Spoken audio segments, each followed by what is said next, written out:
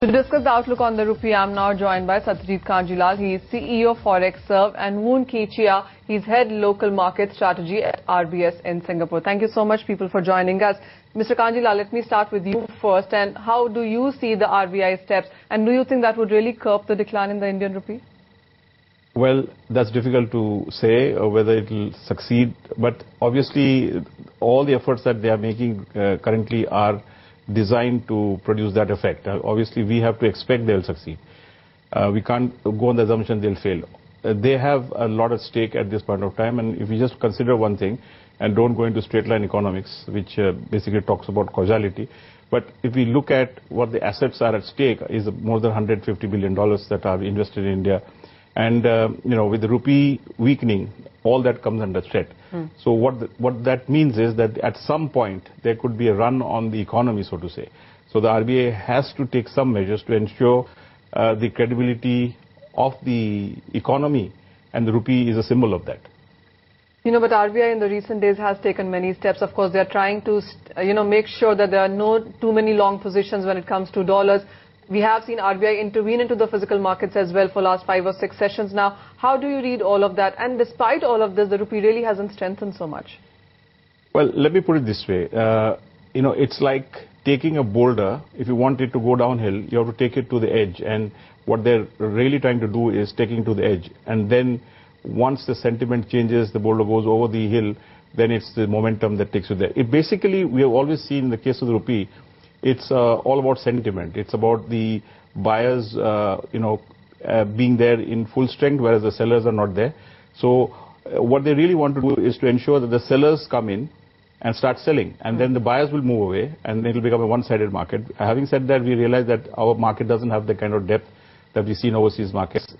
So to that extent, they are looking at trying to trigger a panic situation on the reverse side, so to say. And once they succeed in doing that, it will be self-sustaining. So, their effort is clean and plain, what they've done so many times in the past. And, many central banks do that. And in fact, right now, the euro is facing the same situation. If they allow the euro to go below 129, I think all hell will break loose. So, surprisingly, it's holding up with all the bad news. So, same thing, European assets will come under threat if it were to go much lower. Same thing happened to the US.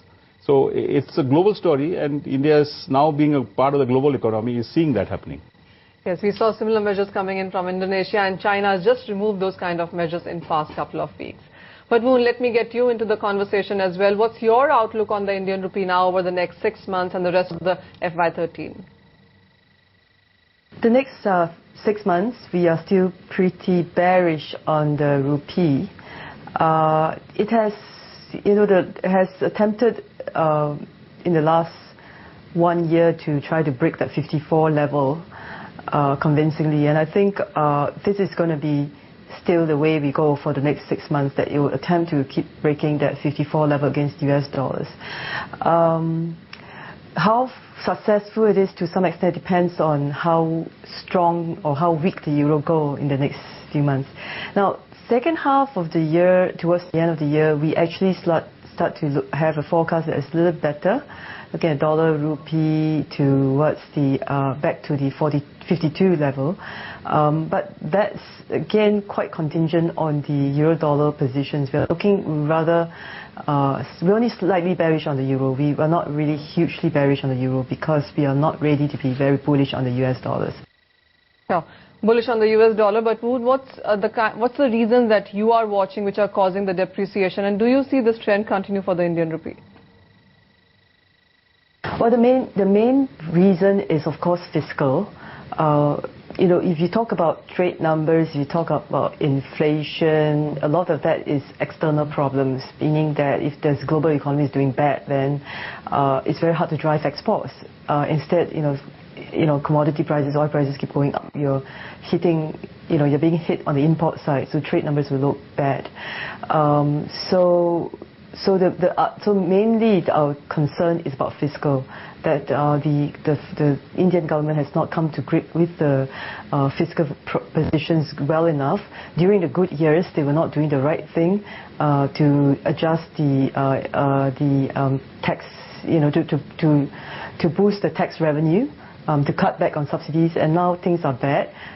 Subsidy cost is going up because of the oil prices, and it's just very much too late to start to do something like that. Mr. Kanjilal, what's your view on whether Rupee could be headed in this quarter, the coming 6 months? I mean, of course, right now RBI is making all those efforts, but do you see Rupee sustaining all of this? Well, as we can see that there is definitely going to be an impact of the global market on India. The efforts of the RBI will definitely be supported, let's say, by strength in the euro. I mean, if the euro were to strengthen, and if the risk-taking theme were to be back and the risk aversion to fade to an extent, definitely I think the market will take cognizance of that, and the rupee may not actually come under too much of pressure.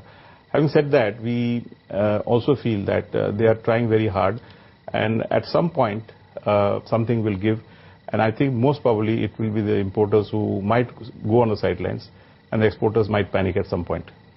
But there has been these talks about 55, 56 kind of levels. Do you see them coming soon? Well, of course. I've been in this market over 30 years now, and we've always seen extreme levels being spoken about.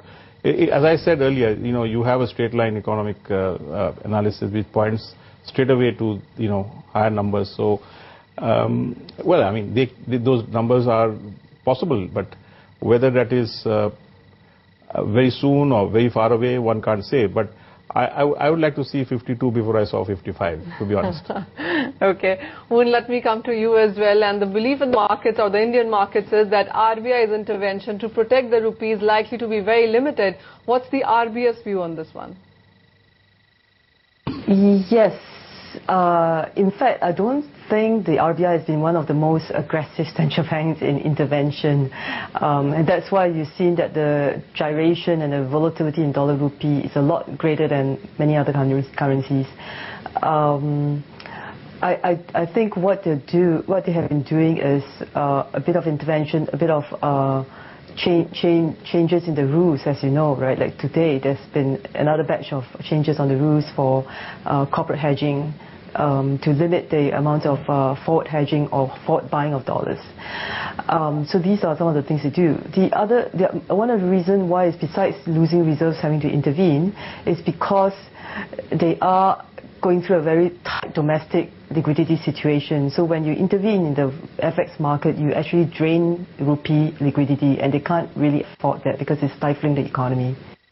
One question that I asked Mr. Kanjilal as well was that some experts have been forecasting rupee to touch 56 due to slowing inflows, deficit in India. Can the rupee really touch that low? What's your view? I think 56 is a very ambitious level. You're talking about not only a very fresh historical high of dollar rupee. It has never seen that before. I think, first of all, we should test the closer historical level, which is 55, which they've never done before for a day-end closing. They've never touched 55. So let's just say that going at 55 is quite a possibility, but going at 56 is very hard to come. It's quite a long stretch. Mr. Kanjilal, what's your view on the rupee really? Because while we have been hearing all those kind of levels, would you say that the situation this time around looks really grim because there are lower forex reserves, there is this concern about foreign outflows as well, and of course the kind of economic challenges, the deficits that we have? Well, I mean, I have my way of looking at things, which of course look at all the standard fundamental economic viewpoint that is developed out of the various formulas. But,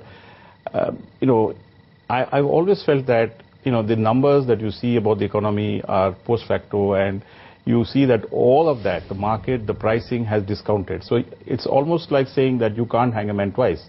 So what I'm saying is the market knows about it, they've discounted it, and the pricing is actually reflecting that. So to expect that market is going to rediscount it is something which I don't think is very practical. So I think the worst may be over. This is what I feel. Give or take 50 paisa or maybe 1 rupee at the most. I mean 54, 50 may be a possibility. The last high that was seen may be seen. But the difficult to say. But then To assume that the RBI is going to fail completely is something which is hard to digest. It would tantamount to accepting a failure on the Indian economy completely. So, I really can't accept that. But the point is, the proof will come if we see the rupee going below 52.60. We will have a proof that we've seen the top. Till then, market will be on tenterhooks. Fair point, Mr. Kanjilal. Thank you so much for joining us. That's the view coming in from him then. 52.5 to 54.5 is the range that he's working with. Moon, thank you so much. I appreciate you joining us as well on the debate about currency markets here.